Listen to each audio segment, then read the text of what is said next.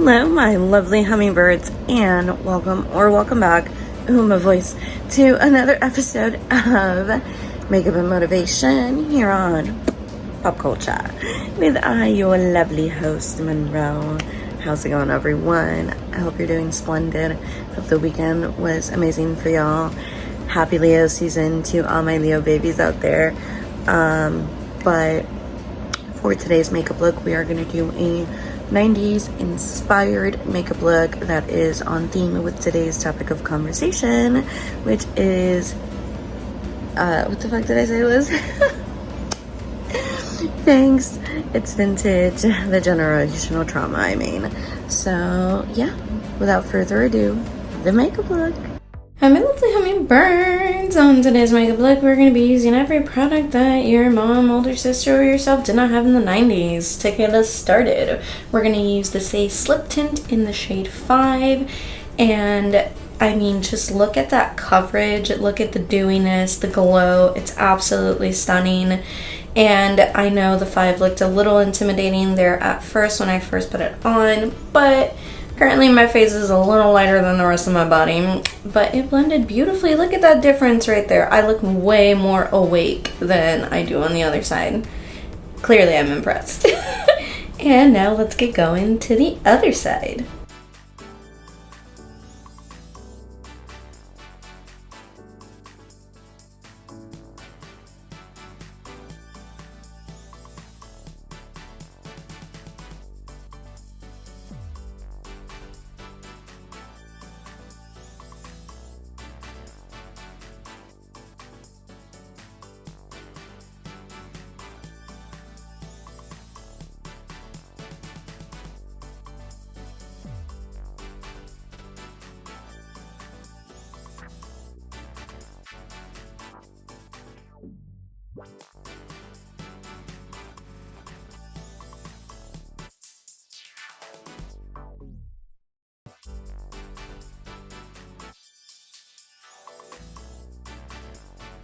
And now I dropped an earring. Oh no! But the earrings are also part of the stars of the show. Look at that gorgeous, the yin yang symbol. Everybody had one in the early 90s. For sure, whether it was a choker, a necklace, a bracelet, it was on somewhere. So I had to include it. Now for this part, I have mentioned I'm out of concealer currently, and I could just go buy some, but I haven't yet. But we're using the Too Faced shade in Swan. Y'all, when I tell you I go from super, super pasty to remarkably actually looking Latina with the changes of the seasons. Yeah, it definitely is a thing. But I like the fact that this foundation is very matte, so it has a similar grip to concealer to some consistency, and it works for the purpose of this makeup look. But we are applying this on our eye, on the under eye area and in the eyelid area, just to give a more brightening effect to the eyes.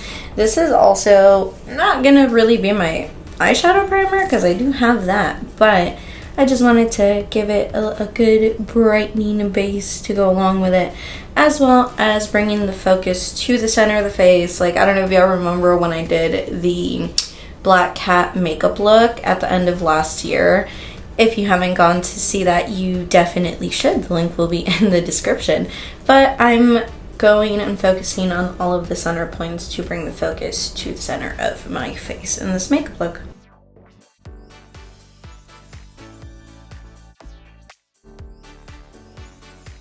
Up next for our eyeshadow base, we're using the Urban Decay Potion Primer in the shade Original, I think it is. It's the regular one. It's not any of the tinted ones, but I am applying it.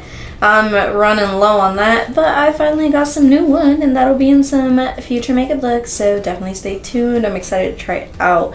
And it's not Urban Decay, it's Glam Light. I'm so stoked. Anyway, apply the base to both eyes and make sure that you pat it down, blend it out with a beauty blender or a spongy, just to make sure that it's even so that your eyeshadow look is not streaky.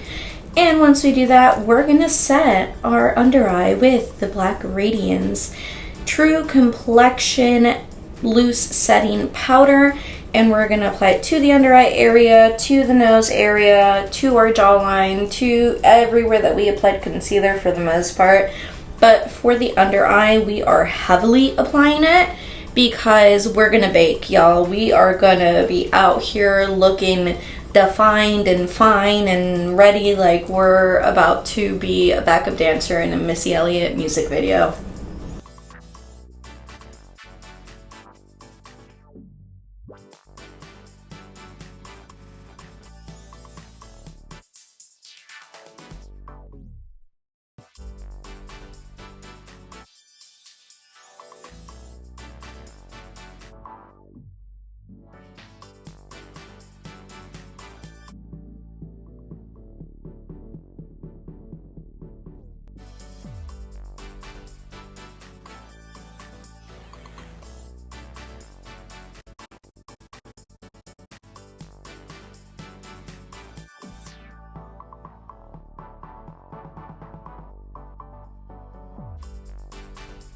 And once we're baking, we're gonna go in with our Lime Crime Venus 2 palette with the shade Filter, because that eyeshadow shade is the most 90s blue in existence. I am so obsessed with it. I love it so much. I've used it for various makeup looks, more commonly for the Bubbles Utonium for one of the videos that I did for Bubbles. And look at it, it's giving 90s blue. Obsessed. And because my brush wasn't as dense, like I did want to do a more like floofed out effect going upwards on my eyelid, it didn't really help with the concentration that I had on like the base of my eyelid. So I had to like really layer the pigmentation on there, which I was kind of like, I don't want to say upset, but I was just like, meh. I could have picked a different brush, but here we go.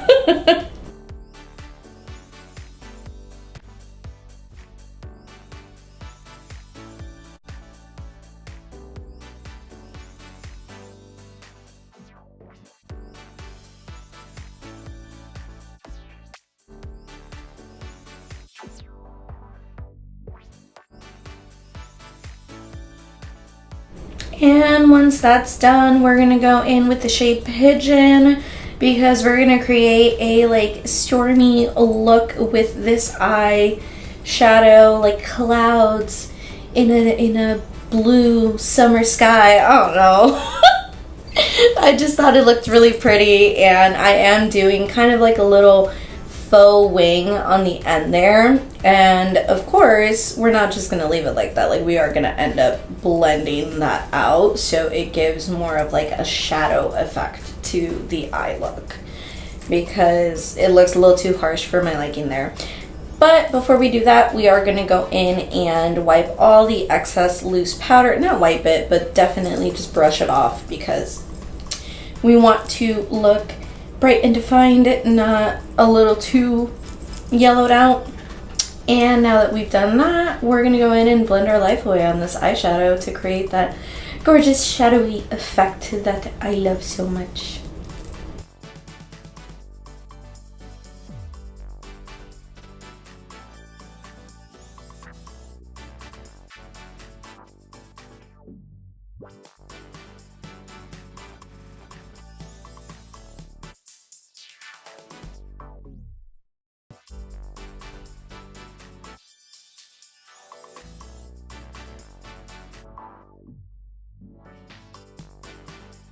And to bring a little more balance to this look and add some of my favorite things, which is glitter, we're gonna go in with the Fenty by Rihanna Diamond Bomb in the How Many Carats shade, and go into the under the brow, on the highlight area of the brow, and just really layer it on there to give it a really beautiful sparkly effect, as well as on the inner corner of the eyelid. Like this shit is so pretty. It's freaking gorgeous. I absolutely am obsessed with it. Like, look at it. Sparkly, stunning, amazing. How many carats?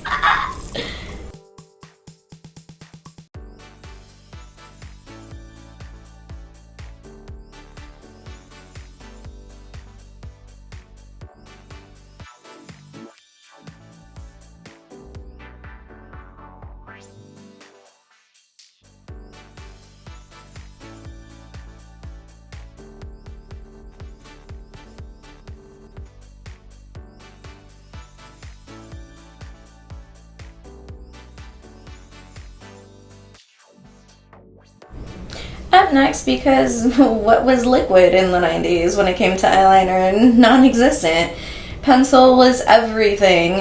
However, we're not using Maybelline or Revlon or any of the drugstore staples that reigned supreme in the 90s. We're using the Urban Decay 24/7 Glide On waterproof eyeliner in the shade Perversion. It is one of their blackest black shades, and it is so stunning. It glides on so smoothly. I'm pretty sure I did a review on TikTok for this. It was part of an influencer campaign. As you can see, I have loved massively this eyeliner pencil. I got distracted as I'm like adding the voiceover to this, but yeah, I love it so much. It stays. It freaking stays. I've fallen asleep with that eyeliner on, woken up, and that's just still even on. I'm like, damn, you're good, huh? I love it. I had to go sharpen it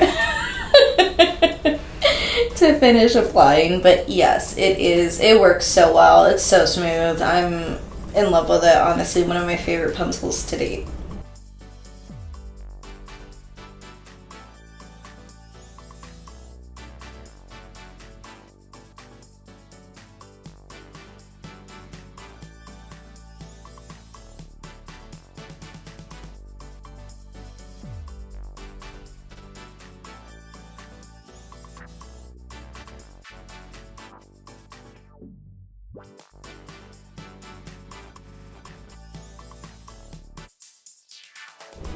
Up next, we're gonna go and do some sculpting with our NYX Highlight and Contour Pro palette. I have had this Contour Pro palette for I want to say probably around since it came out originally. Like this palette is old, y'all, and I am determined to finish it and then get a new one. But for our sculpting process, we are using the Say dual-ended sculpting brush, and it's so soft, it's so smooth. I did love it. The only thing is, because it is so like floofy and soft, I felt like I had to do more application. My like usual brush, angled brush that I use, is a bit denser, so I don't like, I do a couple swipes and just and it's done. So this one was a bit more of a process, but I feel like I was able to get a lot more definition and not shadowing. What's the word? Blending as I went along in comparison to like my regular brush. And I had to apply more because I definitely did not apply enough on the left side of my face. But yes, like I said, I'm trying to make it a very defined look towards the center.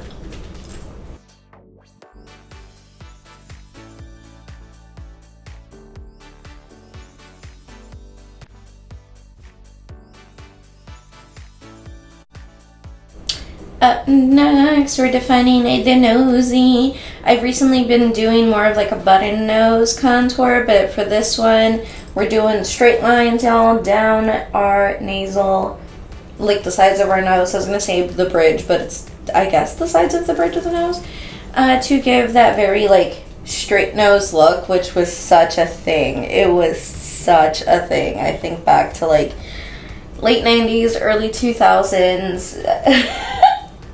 The only thing I didn't do was the super pasty, but for the highlight and the blush. For the highlight, we're going in with the Juvia's Place in the shade Clio, the loose highlighter, and we're going to use our tried and true Glam Baddie in that russet brown, or orange, no, it's orange, red, orange, brown.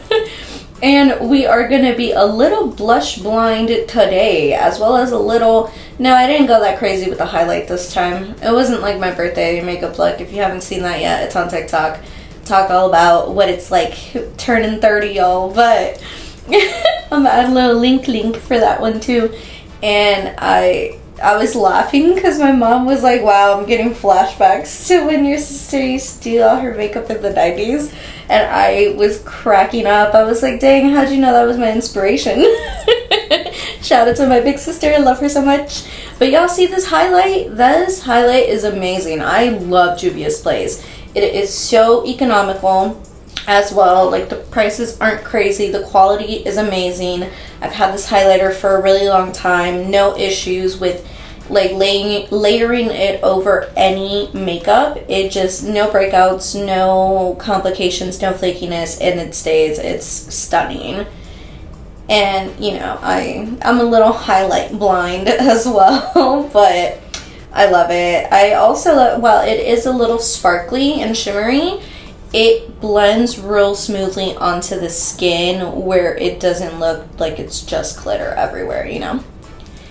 And I'm also kind of adding the How Many Carats the Diamond Bomb as well. Because I was like, you know what we're going to do? We're going to add a little bit over it because I want to sparkle and shine. Clearly, I wasn't convinced with using the regular one. I was like, we're going to use the little Define BB brush so I can really get in there with the glitter.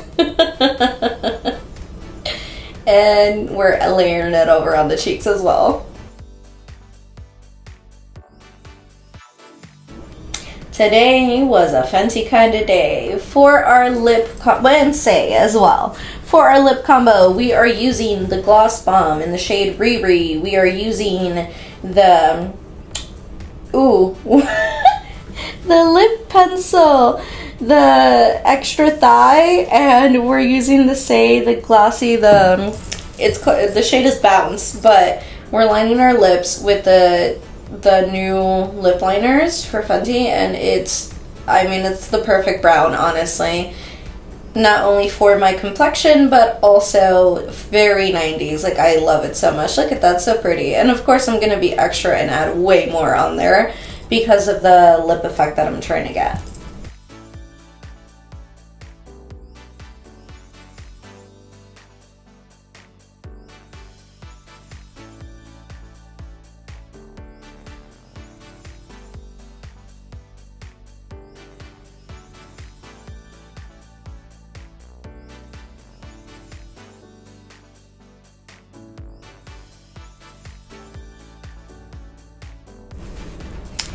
And just a super cute detail on the Gloss Bomb, like it's engraved. I was like, that's so pretty.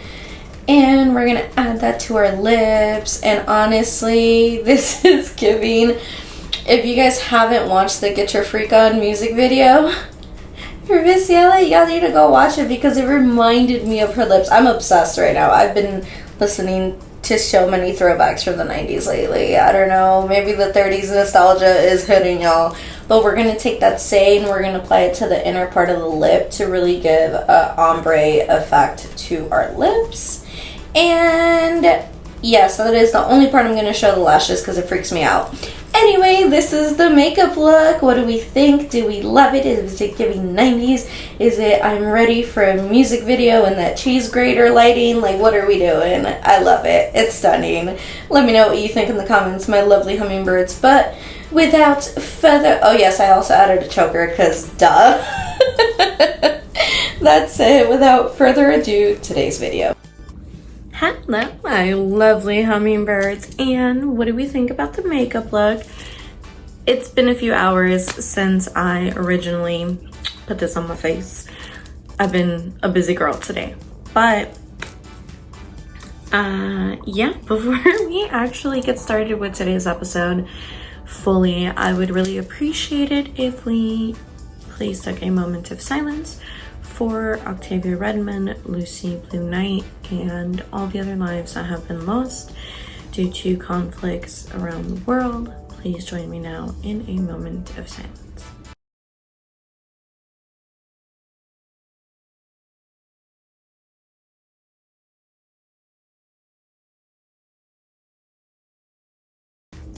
Thank you all for joining me in that moment of silence. I greatly appreciate it. Now, my lovely hummingbirds, let's get into it, shall we? So much has happened. So, before we get into like what's going on in and around the world, the rated episode for Lore Olympus is going to be this week. Nothing went exactly as planned last week. Your girl was hospitalized. I pretty sure I mentioned that briefly somewhere. It was somewhere, probably TikTok, but doing a bit better now, thankfully. Living with endo, teehee. Anywho, that's gonna be up this week, as well as the grain of salt episode, where we get into everything to do with what's going on in the next 4 weeks. Also, happy end of Cancer season to everyone. I hope it was beautiful, y'all. And welcome to Leo season, which is officially starting on July 23rd. By the time you see this, we are smack dab in the middle, well, at the start of it, not the middle of it. Happy birthday to all my cusp babies out there, but we got a lot going on in the world, y'all. So I don't know if you guys have seen what went down with Jack Black and Kyle Gass. I think it was in one of Tenacious D's. They were touring, or they were at a concert and like performing. It was Kyle Gass's birthday. He made comments about like basically not sleeping on Trump and voting for him, and Jack Black kind of laughed, and now, you know, he's scaling back. He does have a lot of commitments that are family forward, kid forward, very, what's the word I'm looking for? Liberal leaning forward. So a lot of people's reactions towards it have not been favorable, clearly. I mean, when you think Jack Black, you think School of Rock, you think Kung Fu Panda, Nacho Libre, all very fun, family, joking, and wholesome content, as well as very inclusive. Seeing his reaction there has left a lot of people feeling some type of way about it. And I mean, Hulk Hogan, we know, supports Trump. I don't think anyone was shocked by that one. In more presidential related news, so Biden is out, Kamala is in, and the people are loving it and everyone is supporting. So one of the things about that which I find really interesting, while I do have my concerns about it, I think it was the right decision for President Biden to step down. Just because he is old. Like, I don't want to say the man is geriatric because that's rude, but he is old. And I think as a whole, amongst both parties, everyone is pretty much fucking tired of having someone that is in such an advanced state to be running the country, to be making very life-altering decisions for the nation as a whole, realistically. But also, when was it? It was a few days ago, maybe if that. It was after the attempt on Trump. And I think I mentioned it briefly, how people were wearing gauze covering up like the ear, mimicking his ear that he got shot at. And I'm like, oh my god, it's a cult. then I read the headline and it was like cult-like activities, and I'm like, yeah, that's the vibe it's giving. I don't know if you guys have heard the song that was launched, where basically they're like talking when he was found guilty on all charges, and which he was found guilty on all charges. But anyway, basically saying like we're no one to judge and everyone makes mistakes, and I'm like, okay, this sounds very much like we're praising the man. No. A lot of people, who did he pick? He picked JD Vance. That might not be correct. There's a correction here if I'm wrong, but a lot of people were saying, you know, the big difference between Biden, not a lot of people, I saw a few things that said this.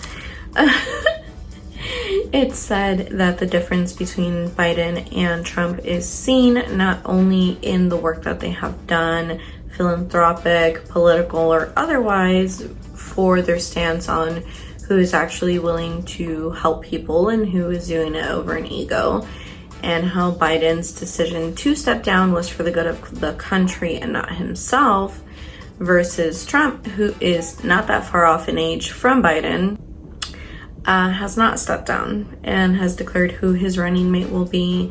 I am pretty excited to see who Kamala's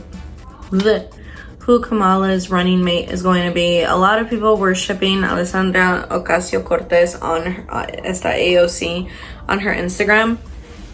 And they're like, you know, you are eligible as of this year, girl. Like, run. And she did state her support for Kamala, which, like, dope. All I can hear, though, every time I picture Kamala is, we did it, Joe. So, look. Sorry for the apropos, my lovely hummingbirds. I don't know why I said it like that, but anyway. As I was saying, all I picture is saying we did it, Joe. But I am looking forward to seeing who Kamala picks as her running mate. I did see some comments in AOC's comment section of like, okay, but is the US really so non-bigotry? None of this is verbatim, but so non-bigotry that they would be okay with two women, especially a black and brown woman, right, being the ones as the candidates for president and vice president of the United States. I personally, I'm happy that Biden stepped down. Like I said, it was a few days after the attempt, and he got COVID. And when that happened, like, my mama, she's like, oh my god, he got COVID again. And I was like, girl, I'm like, that's not a good look. And she's like, what do you mean? And then I told her, I was like, well, think about it.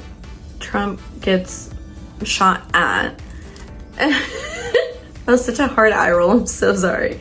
He gets shot at, and he still has the strength to stand up and hold his fist in the air, which honestly, that part felt a little, whatever. I don't want to say staged, but kind of little opportunistic if you ask me. But then a few days later, our active president gets COVID and is down for the count.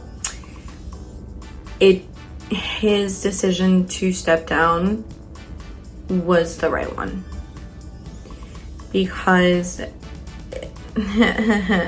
as a whole, the consensus of like the US is very, not only has our government lacked us as a, like on local levels, whether it is city or state, but also on a larger scale when it comes to the government as a whole, and him actively showing his weakness, well, not weakness, but his frail state and debilitating health is not a good look for someone that is in power and that is making so many decisions. Now, here's the thing with the whole election and everything that's going on. I I don't know what's gonna happen. I hope Trump doesn't win. I really don't. I think Kamala is a better choice than Trump, especially like I spent some time and I was reading Project 2025 and everything that like they want to get done because it's done by the Heritage or Foundation, Organization, Association. Can't remember the name of it, like the whole name, but it's a conservative organization that is focusing on policy, agenda, personnel, training, 180-day playbook, all from a conservative outlook. And some of the things that it says even on the site itself, and here's a little screenshot of it. The parts that just like took me aback a little bit, it says, take back our government, rescue from the grip of the radical left, right? And I couldn't help but to wonder what they mean by that. Obviously, yes, they're gonna say conservative. We mean like conservative values and ideals and principalities and all of that. Okay, but here's my whole thing about it. And I don't know, this may be a hot take or not. Isn't the purpose of having all these branches of government, isn't the purpose, and I know we don't live in a perfect world and this is not a utopia and it's not a fairy tale, but the whole purpose of having different branches of government, different parties, is for a checks and balances system so that not one domineers over the other and basically check each other. It is known that a lot of very conservative leaning individuals want to end a lot of the things that the so-called radical left has implemented, including reproductive rights, including LGBTQIA plus rights, including so many other things. And I don't know, personally, it just, y'all get out there and vote, okay? Because I do not want us to go back 50, 60, 70, 80, 90 years into the past. Like, no. You know, that's a terrifying thought, first off. Secondly,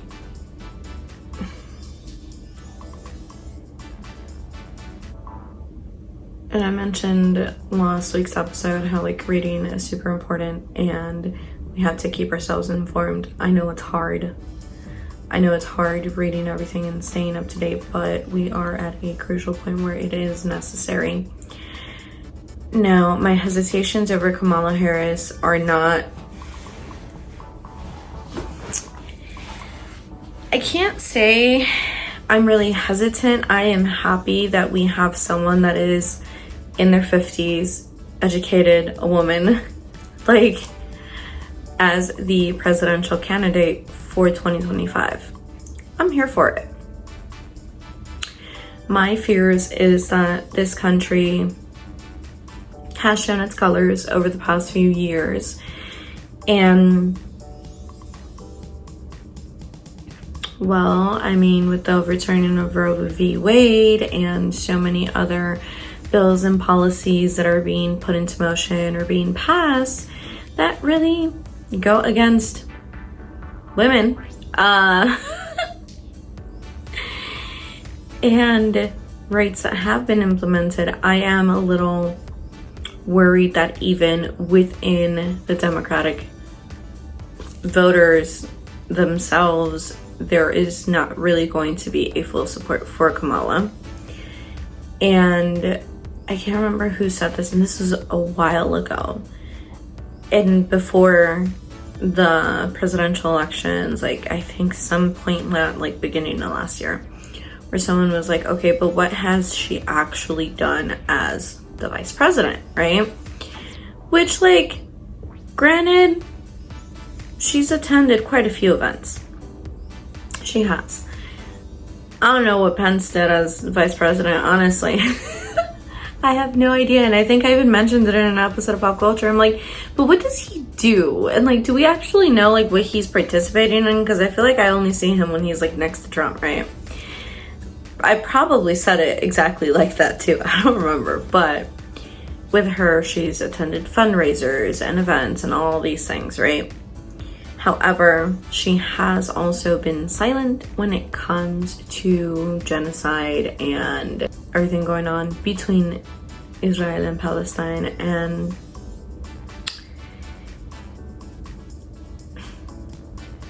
people want to know if her coming in is actually going to make true crucial changes that need to be made to the country, or if it is only going to be, what is it? It's not, I was going to say pink washing, but that's not it.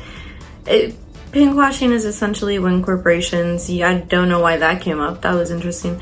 It's essentially when corporations, businesses, etc.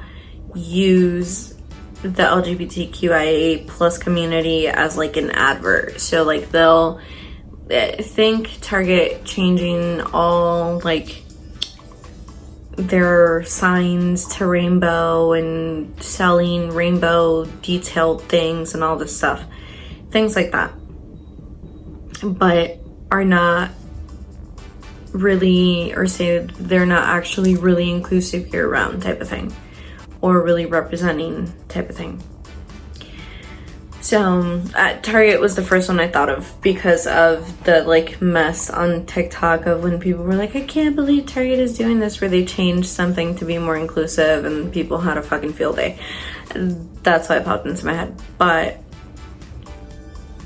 performative, that's the freaking word. If it's just performative, I would like to think that it's not. I would like to actually see what she puts forth on the table, what comes of this. I mean, granted, even though Mexico is not happy with its current winner of the presidential elections, because I'm pretty sure she's affiliated to the same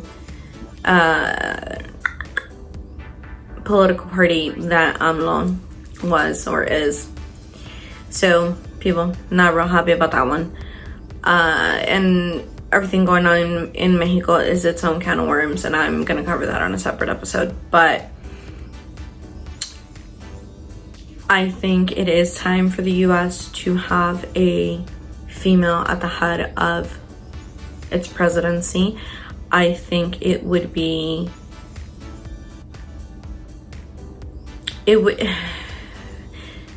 this is a bold statement, y'all, but I feel like it would bring back that hope and not only anticipation but expectation that something can come of it, of our government, that something will change. And seeing what she has to bring to the table, I think it'd be awesome. There are so many people that are supporting her. One of my friends said in the group chat, Charlie XCX's X post, I was gonna say Twitter, her tweet, of saying Kamala is brat, and I was like, yes, it's a brat summer, baby. Oh my god, I love me some Charlie XCX. I'm listening to it after I'm recording. But it is, I don't know, I think it would be an incredible opportunity, and like I said, I'd be really stoked to see who she picks as her running mate. I think that if given the shot at presidency, she might make some very good lasting change, I hope. But we shall see when November comes. Y'all, please go hit the polls, because I cannot, collectively this country cannot handle the divisiveness that is for years of Trump. Again, can't do it. Like, and you know what was, I don't mean to laugh, you know what I was thinking the other day, which is so crazy, and not haha crazy, but just fucking crazy, how majority of Trump's presidency, we were in a pandemic, the one where millions of people died. But how, I don't know, it's not funny. It is not funny. But it was like it was an intrusive thought. That's what it was. Popped into my head. I was like, huh, even the universe noped that and was like, absolutely not. We can't have this man run this country.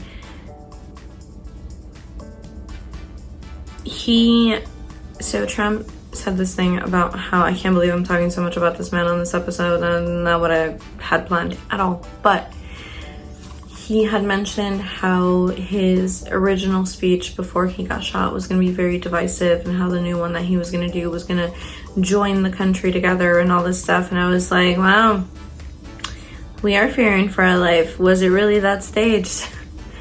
But I have yet to hear it. I'm gonna go listen. I'll let y'all know. But like I said, he mentioned who his running mate is. We're gonna cover that a bit more. Like, as we progress in the episodes, we are gonna get a little more election heavy of everything that's going on and going down the candidates and what they have or have not done. That said, good luck, Kamala. I hope you win, because baby girl, we gotta do it, Kamala. We gotta do it, because we cannot have Trump. And I know I said, I think it was probably just last episode, where I was like, I don't want either. I prefer Kamala over Mr. Orange Cheeto Man. I can't do it. No, too much. So that said, as I had mentioned, she hasn't been vocal about a ceasefire, about the end of the war, of Israel's war on Palestine, or their war on Hamas, and all the bombings that have occurred, and the hundreds of thousands of lives lost. I think that is a really, really big divider amongst voters right now. Not only that, I think there are other aspects of her vice presidency that might also factor into it.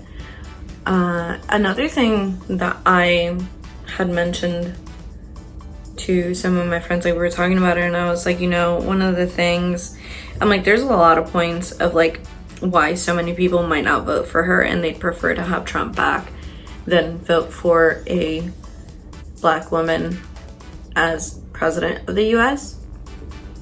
Bigotry, racism, and the fact that while she is married and is a stepmama, she does not biologically have any of her own kids. And I hate to say it, but a lot of fucking people do care about that shit. And I am personally offended by that, but it's okay. I don't know. I am actually kind of excited to see where this goes, and hopefully it goes in the route that she wins.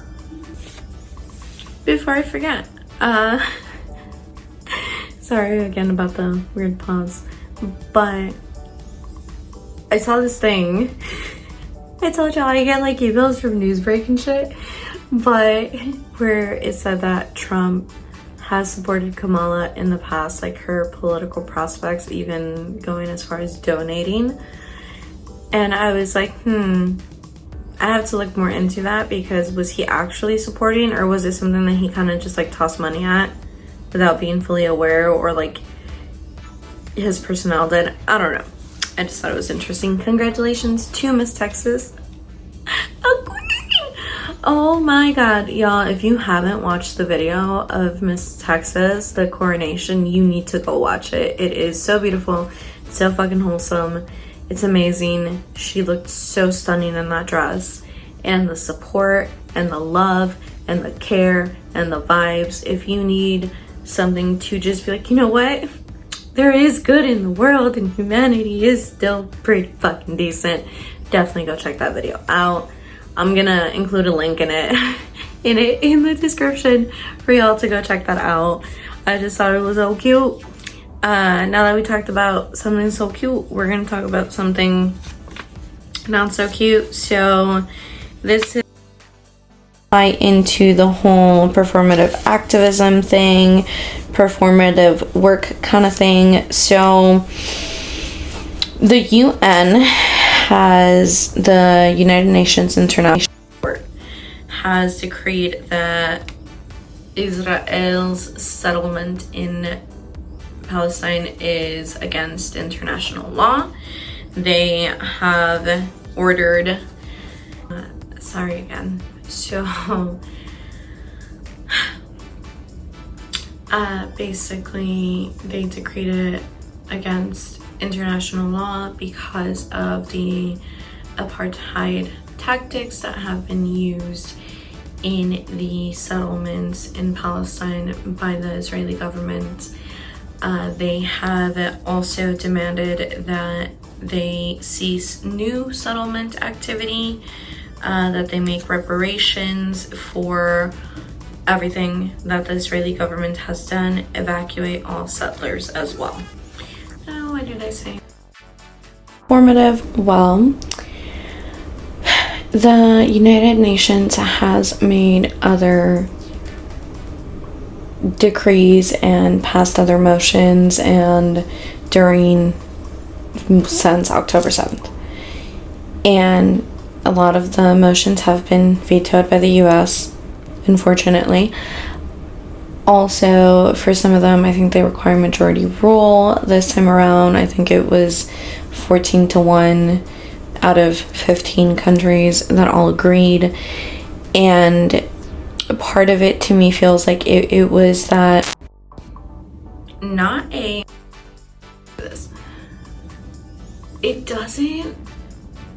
that it's not genuine, but it does feel a little like countries are at their breaking point as a whole, as far as all the countries that are part of the UN.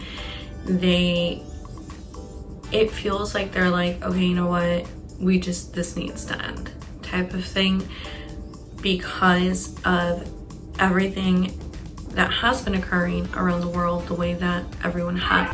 You know, I keep taking so many pauses, and the fact that today's whole topic of conversation is about generational curses is just fucking ironic. But anyway, we're gonna get more into that in a second.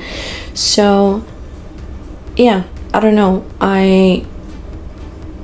I am hopeful of seeing where this goes as far as their verdict, but I will keep y'all updated as best I can when it comes to that. Now, the Addams Family. So as I was saying, I read a crazy thing about the Addams Family. It was a theory by a Redditor. Here's a little screenshot of it, but basically the theory says that none of the Addamses can be killed by another Addams, which is why you see them doing so many acts of just like insane shit, like once they electrocuting Pugsley, them dropping the baby from like so many freaking flights of up in the house, things like that, grandmama potentially poisoning the food, and so many more examples, and basically saying that like the curse that was put on the Addamses is that, and that's why Debbie couldn't kill Fester, because by marriage she legally became an Addams type of thing. I don't know, I thought it was super cool. That is a cool theory. Thought I'd share it with y'all.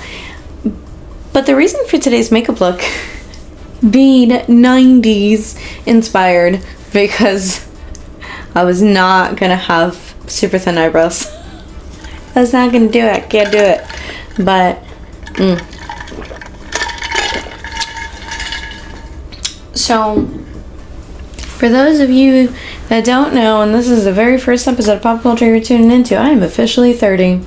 And all my other 94 babies, welcome to 30. This is the year we turn 3 decades old. Wild. So I had told, just little mini tangent, my sister, love her. I just be saying the randomest shit to her sometimes though. I was like, hey, I'm like, so did you know Pal Mundo, which is the 2005 US album, well, it's not US album, but it is the album that popularized Wisin y Yandel in the United States, the iconic reggaeton duo, one of the, well, they are two of the pioneers of reggaeton, right? And I was like, you know, it's gonna be 20 years old next year. And she's like, shut the front door, you're lying, no way. And I'm like, yeah. And I was like, you know, it's so crazy to think that, like, how Wisin y Yandel was our youth and, like, our childhood.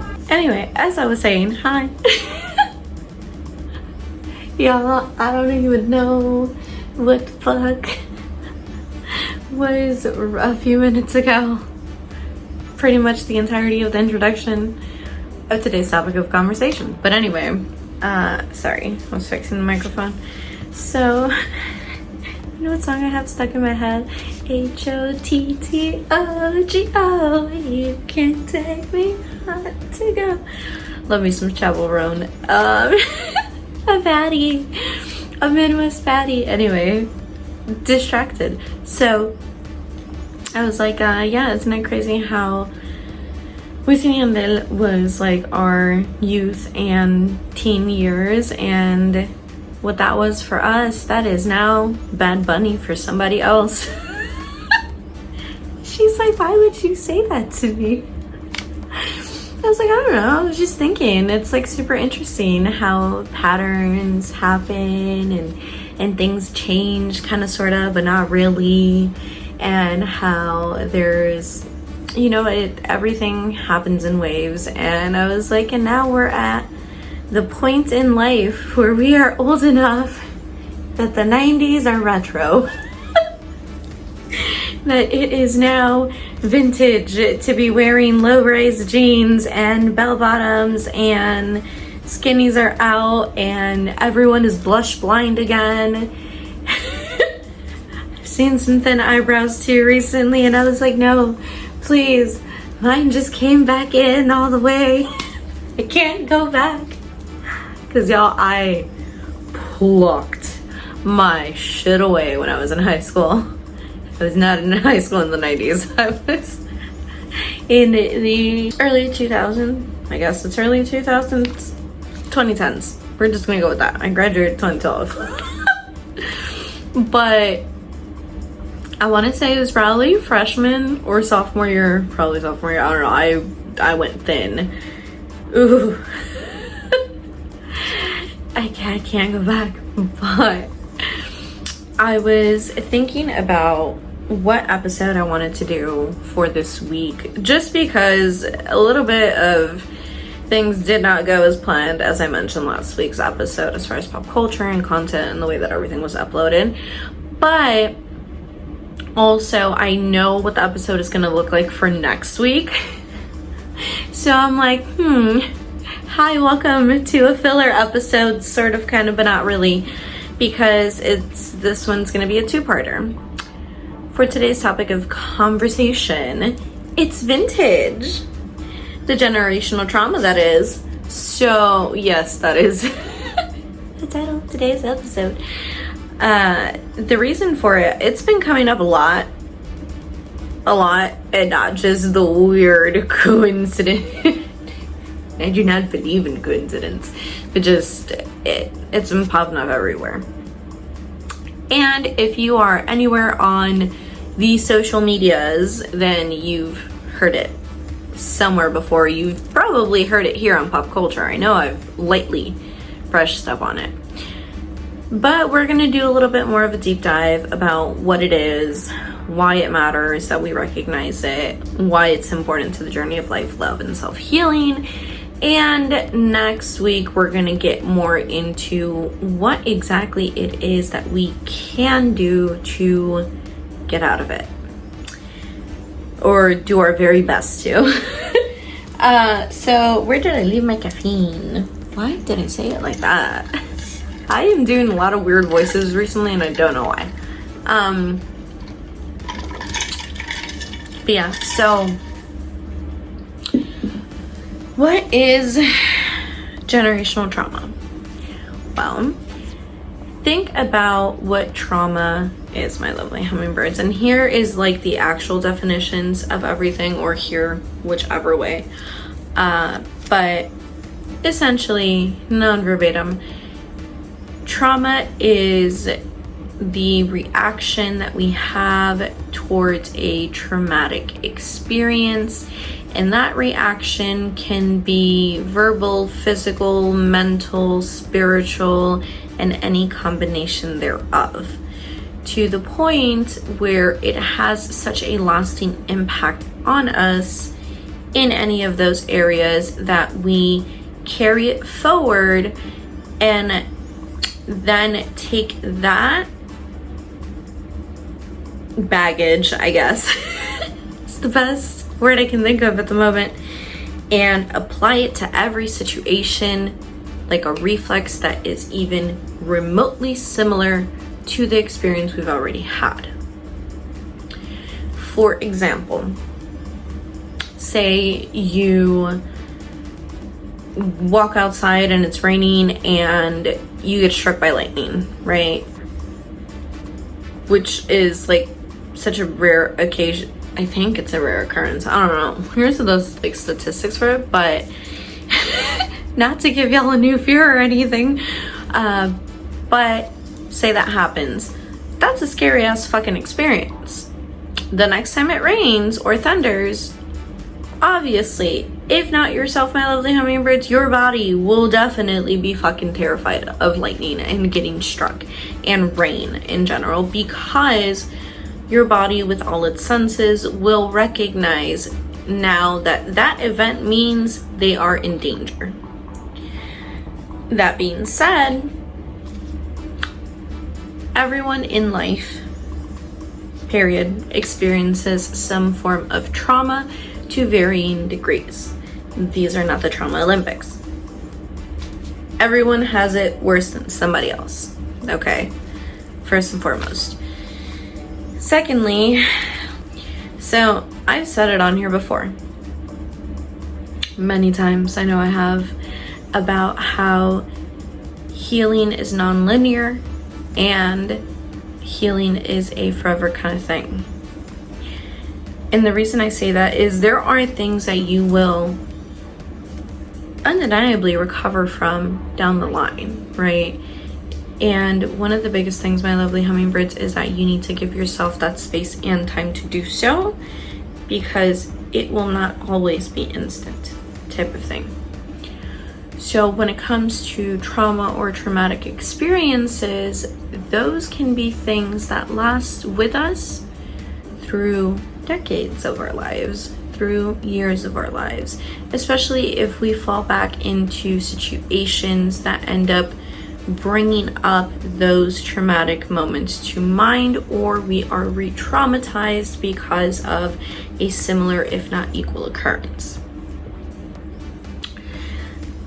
Now, what is generational trauma? Generational trauma is essentially the experiencing and repetition of traumatic occurrences amongst parents, children, grandparents, families, cultures, heritage, etc. over a span of time. So, an example off the top of my head is, say you have your great grandmother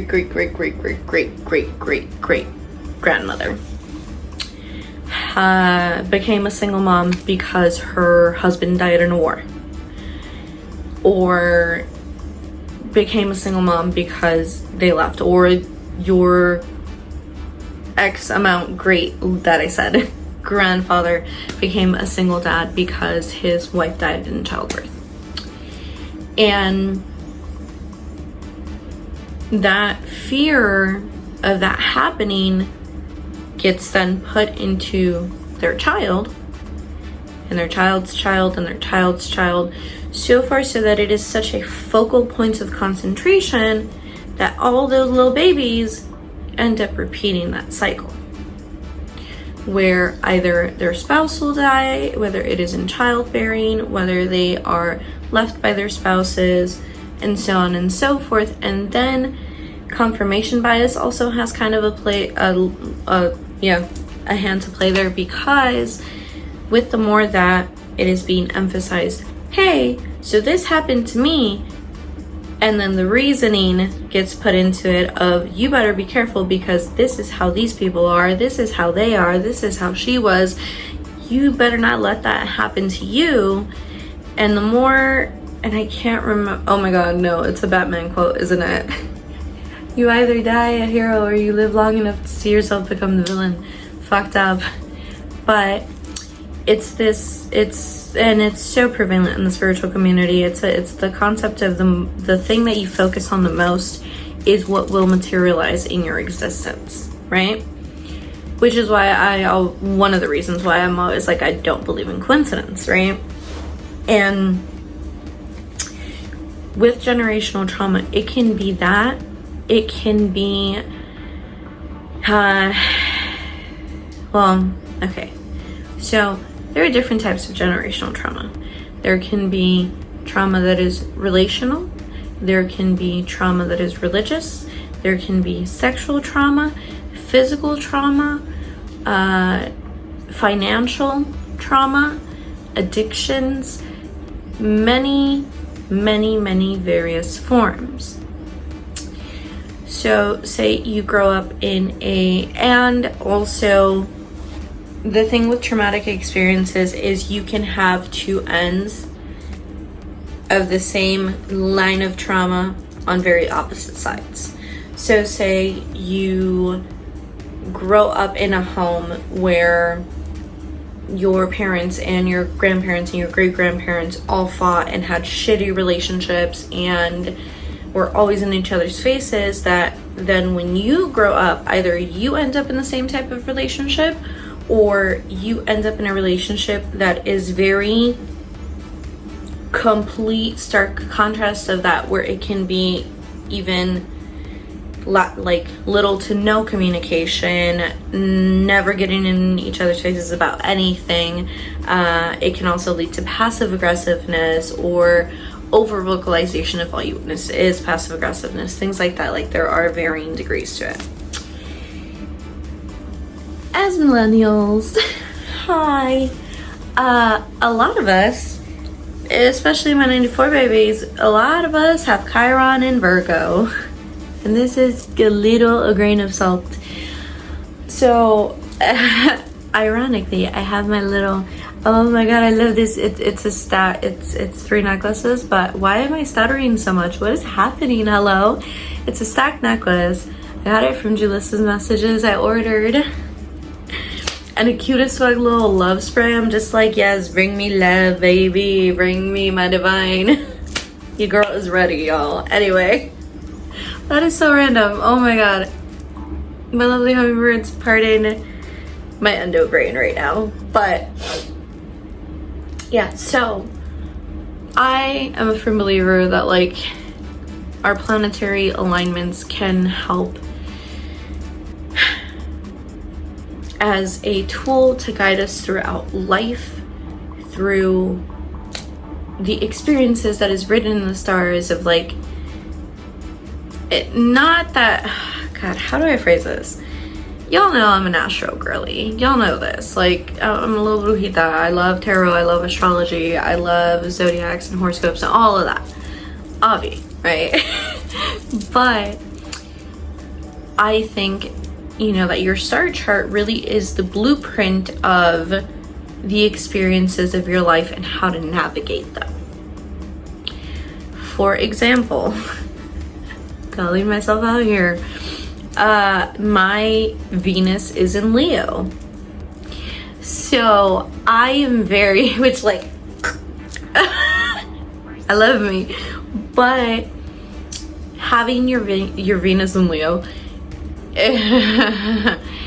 is very, I need to see it. It is very luxury based. It is very out there and big and showing all of the displays. But with my Cancer sun and the other placement that I have it in, I'm also very about the subtleties of it. You gotta love me quietly and loudly. I need all the love. But it also has its more darker aspects, okay? And when Sabrina Carpenter said, heartbreak is one thing, my ego is another. Do not embarrass me, motherfucker. I felt that on a very, very deep level. Single as shit, but I felt it at a very deep level because heartbreak is one thing, but my ego is another. And having your Leo Venus is very fiery. Not only is it very passionate, but it is very, very hot-headed in the best way possible. And it can turn into a very possessive attribute. It can turn into a very disregarding attribute as well, if not handled properly, if not actively worked on.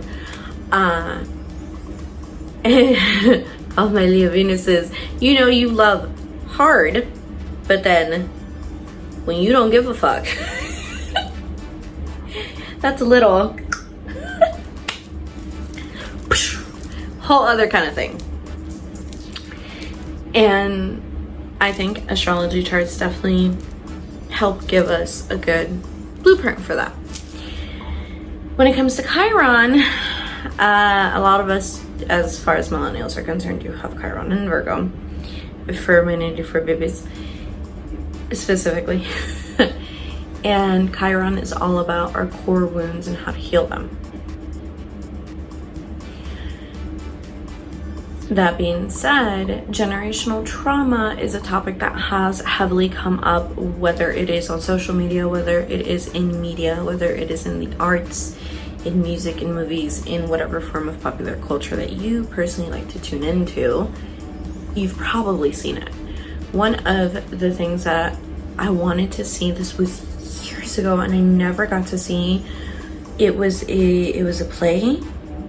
I think it was based off of a book of like not your typical Mexican daughter. I cannot remember the title, the exact title. I'm seeing it in my head though, but I wanted to go see it, and something happened where like inevitably I didn't get a chance to, which looking back now, hindsight real 2020, looking back at it now, I would not have been prepared to actually sit there and listen to everything.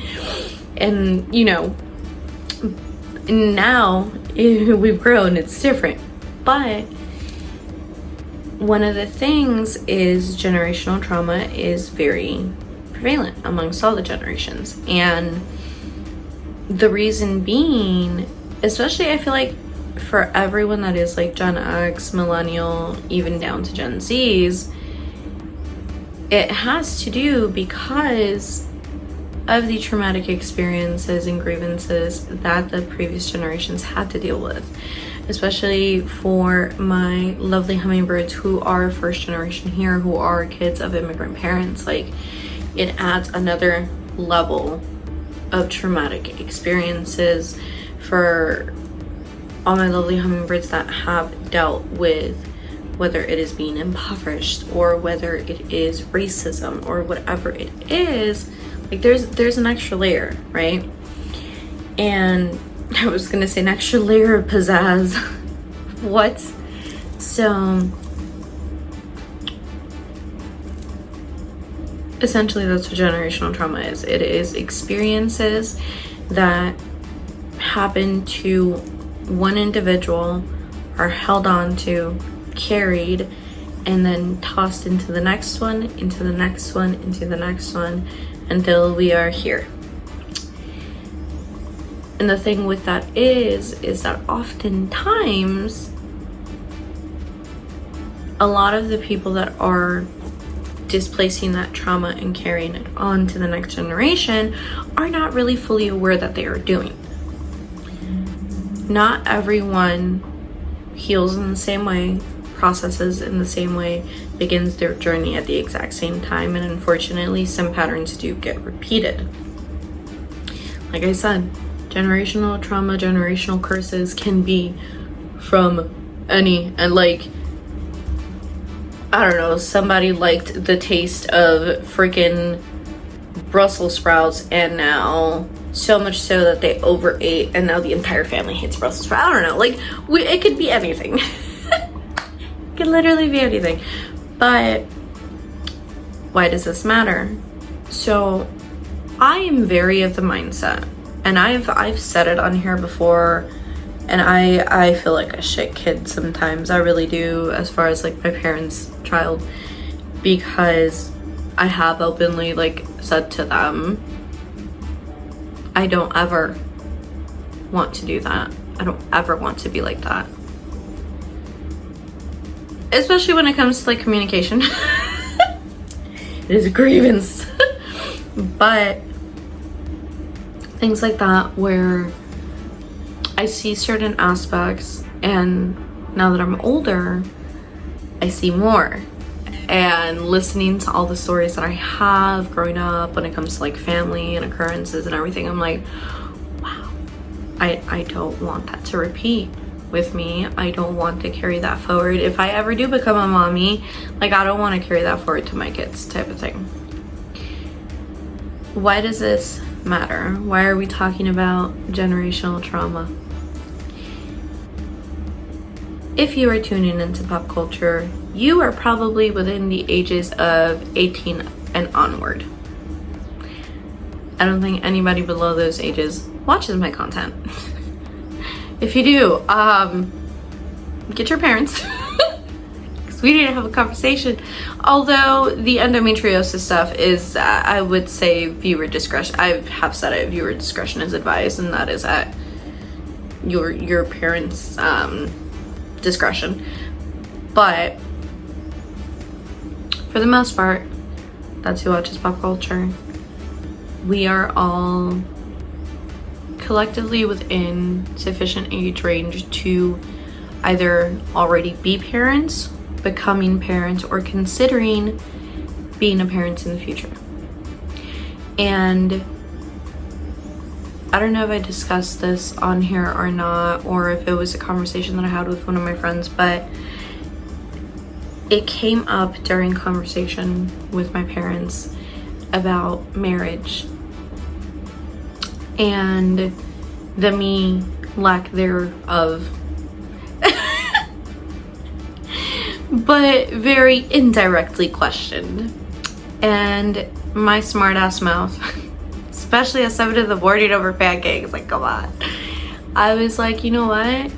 Okay, I'm like, we're gonna have this conversation, let's have this conversation. The reason marriages don't last anymore is because people don't actually take the time to properly look at what it takes to be in a marriage, in a long-term committed relationship, partnership, civil union, a union, etc. Whether it is 1, 2, 3, or however many run in that household,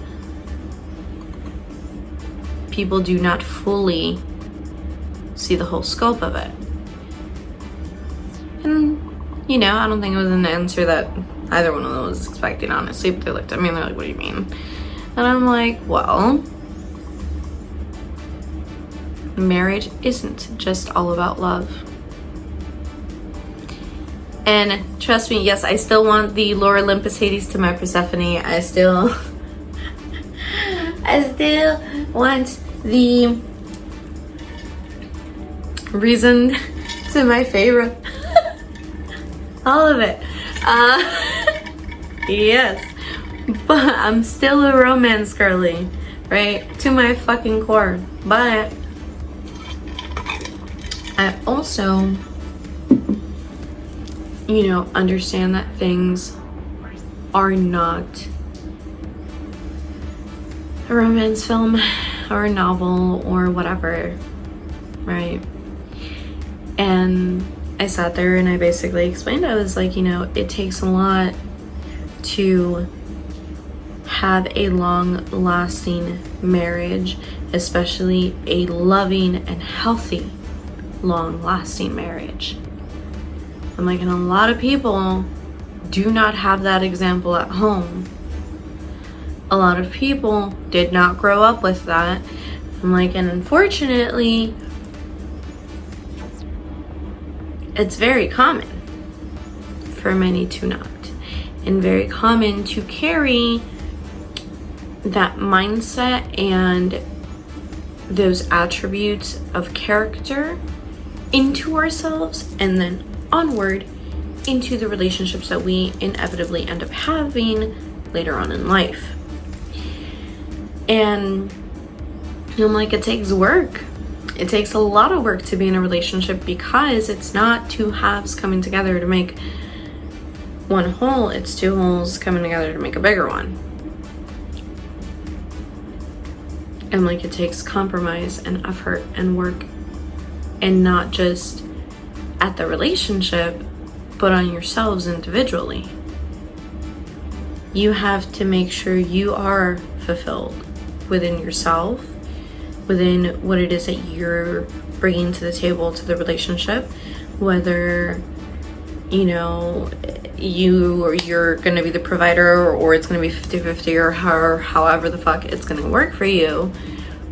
I'm like, but it's gonna take work.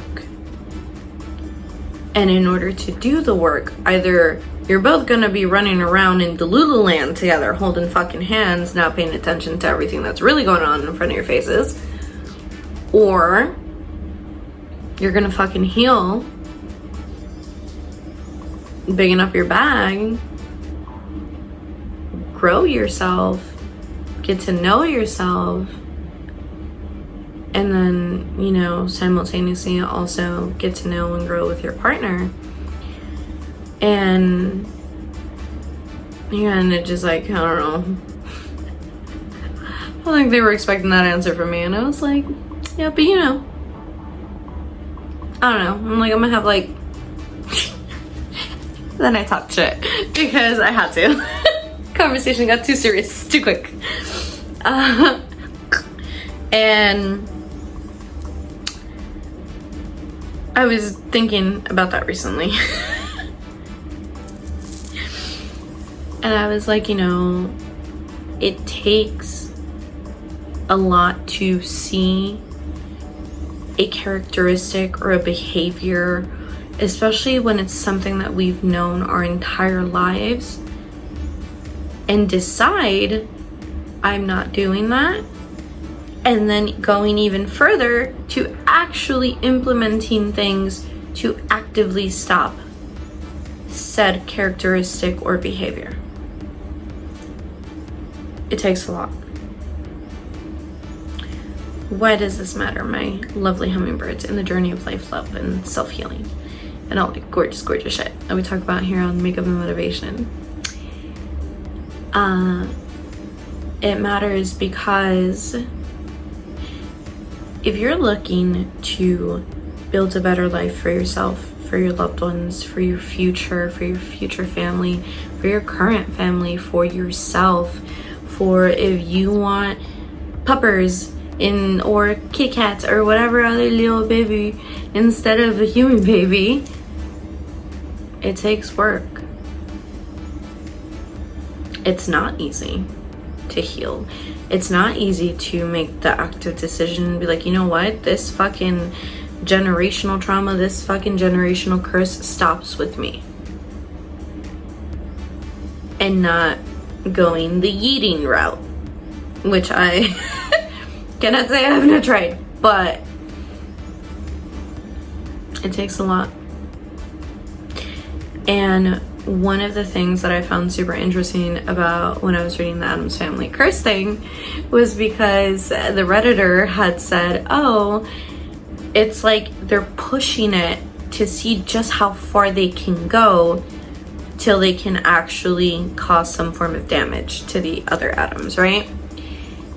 And why does that relate to this? Because in this, when it comes to healing generational trauma, my lovely hummingbirds, you gotta keep pushing a little more than that initial push, and the one after and the one after, until you see that just scraping the edge, till you can go further. To all my lovely generational curse breakers out there, I love y'all so much. You are so strong. You are so incredible. You are so fucking resilient. And I know you're tired. And I know it's fucking hard. And I know some days are better than others. But trust me, you do reach that point when you realize that you have to keep going. That it can't stop with you. The healing that is. That every single lesson that you learned up until this point was because it was meant for you to learn, so that you can then bring forward and share that knowledge and help raise the vibration of the universe. Honestly, like, this is turning semi-agos over here, semi a grain of salt. But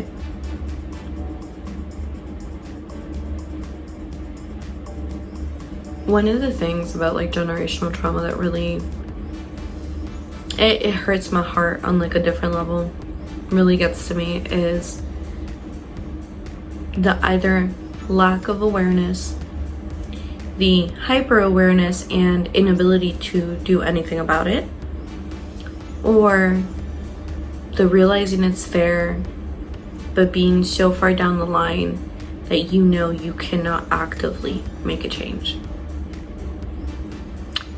It sucks.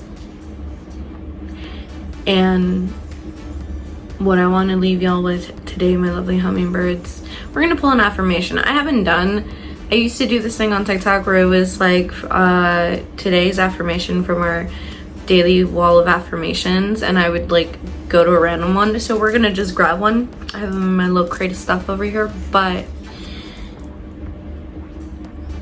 don't lose hope, don't lose faith. It does get better.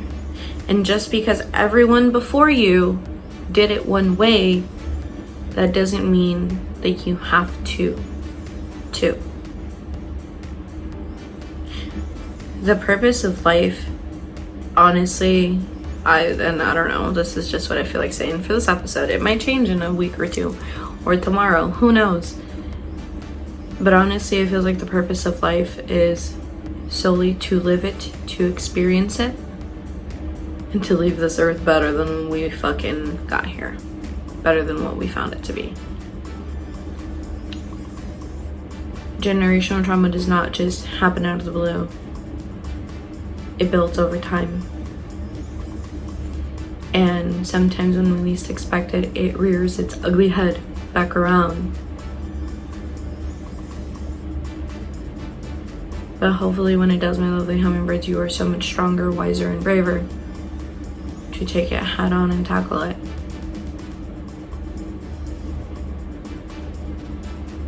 One of your biggest armaments in this battle of the generations is going to be your authenticity.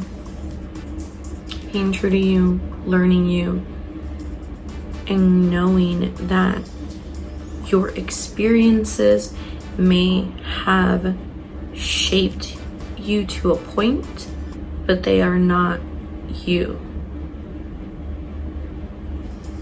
You are not your bad moments. You are not your traumas. You are not all of that. You are the person that came out of all of that, that survived it and chose to keep going and keep healing. And if you're just starting out on the generational curse breaker journey, my lovely hummingbirds, I love you all so much. It does get better. Yes, with age. And yes, you kind of stop giving a fuck just a teensy bit about certain shit. Your priorities realign. It matters in the journey of life, love, and self-healing, because we all have it to varying degrees, but we all do. And it matters because with that knowing, it should teach us all to be or give us the understanding to be a little more empathetic and sympathetic to other people and their experiences. And also to just be a decent fucking human being. Granted, we shouldn't need a reason, but you know, sometimes it's hard. Sometimes you wake up and you're just like, fuck everything. But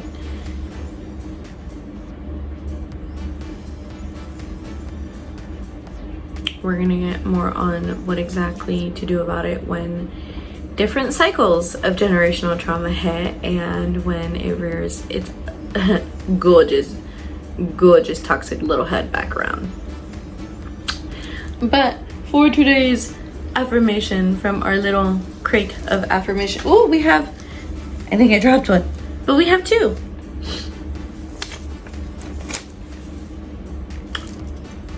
Sorry, I got excited because I read them. The first one, and they're blue and pink, like Hades and Persephone and Lord Olympus. Okay, tee. Yes, that's gonna be the little, yeah, that's gonna be the thumbnail. I am ready to align with the most abundant, authentic version of myself. If you can't find a way, make one. That's it from me, for you, for today, my lovely hummingbirds. Sorry for the crazy ass episode and just everything. I hope you all have been wonderful. I hope you live it the fuck up this Leo season. I hope everything is just everything that you've ever desired and more for y'all in this coming season.